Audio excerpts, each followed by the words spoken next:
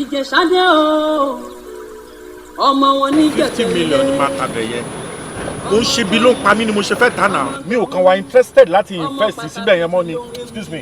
no kí sọ̀rọ̀ owó sàmúfẹ́ rí yín ni ẹ̀yin ni mo fẹ́ rí. agent máa tẹ̀ padà ẹ pẹ̀lẹ́ sá ẹ kú ọjọ́ mẹ́ta ojú ò ní tì í. please go straight to ẹ máa tí ẹ bá mẹ́rin tó bá yín sọ̀rọ̀ ẹ ló sà ẹ wojú mi dáadáa ẹ wojú mi kẹ́ máa wò ẹ wò ǹjẹ́ ẹ mọ̀ mí. mi ò mọ̀ yín o. ẹ mọ̀ mí. ẹ mọ̀ mí.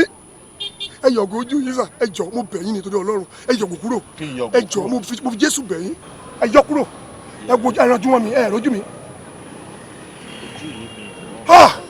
Ọlọ́run ẹ wojú mi dáadáa ẹ rọjú mi. mi ò rí anything spectacular lójú yín. ṣé ẹ mọ Àgàgù. the former governor. former governor àbúrò mi tábìlì mi nìyẹn. Ìṣákì. ayé le ọkú mi mọ̀ bóyá pásítọ̀ nìyí ayé bá mi fà á ẹ ṣàánú mi.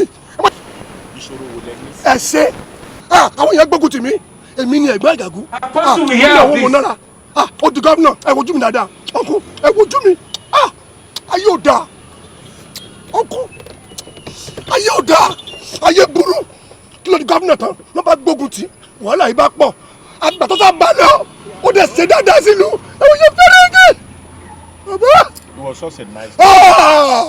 kí ni Muritala fojú mi rí tán Muritala fojú mi rí mẹ́wàá lọ́rùn òṣèlú ẹ wò mí dáadáa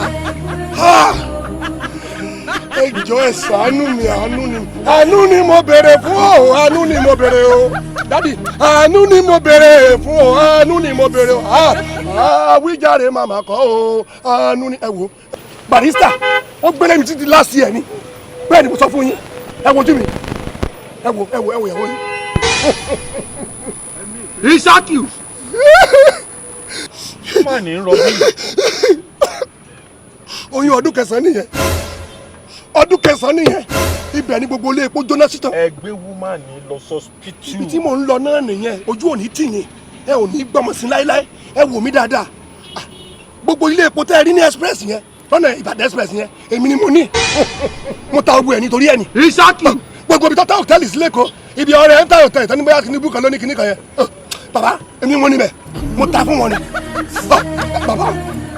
bàbá ẹ wojú mi sẹ́ ojú ò ní tì yẹn ṣàánú mi ẹ má jẹ́ kójú tì mí sẹ́rí bó ṣe wà yẹn 3.7 million péré à ń gbé lọ sí India.